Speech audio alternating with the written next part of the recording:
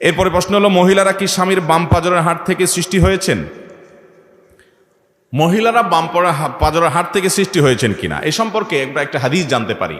নবী করিম সাল্লাল্লাহু আলাইহি সাল্লাম বলেছেন, তোমরা নারীদের সাথে বসবাস করার ক্ষেত্রে স্বামী তার স্ত্রীর সাথে বসবাস করার ক্ষেত্রে সুন্দরভাবে বসবাস করবে।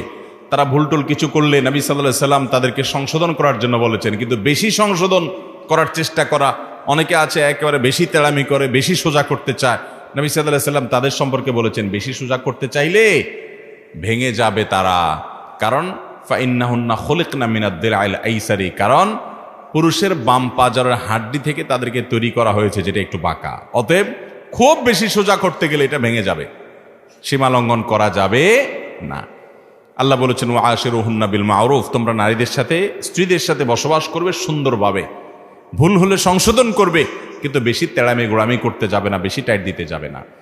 এ হাদিস থেকে স্পষ্টত বোঝা যায় যে মেয়েরা বাম পাজরের হাড় থেকে তৈরি হয়েছে। কিন্তু এর মানে কি? অনেকে মনে করেন এর মানে প্রত্যেক স্বামীর বাম পাজরের হাড় থেকে তার স্ত্রী তৈরি হয়েছে। এটা ভুল কথা, এটা সঠিক না। কারণ প্রথমত অনেক মহিলা আছে যাদের বিয়েই হয় নাই, তাহলে সে কোত্থেকে তৈরি হয়েছে? হতে পারে কি পারে না? অনেক মেয়ে আছে বিয়ে হয় না, দুনিয়া থেকে চলে গেছে, তাহলে এই মহিলা তৈরি হলো কোত্থেকে?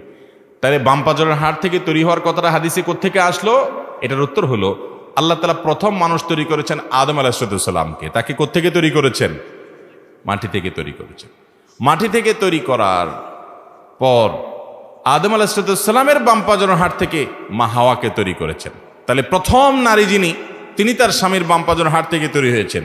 পৃথিবীর এরপরে সব মহিলারা স্বামীর বাম পাজরের হাড় থেকে তৈরি হয়েছে, ব্যাপারটা এরকম না। বিধায় ভুল ধারণা আমাদের ভাঙতে হবে।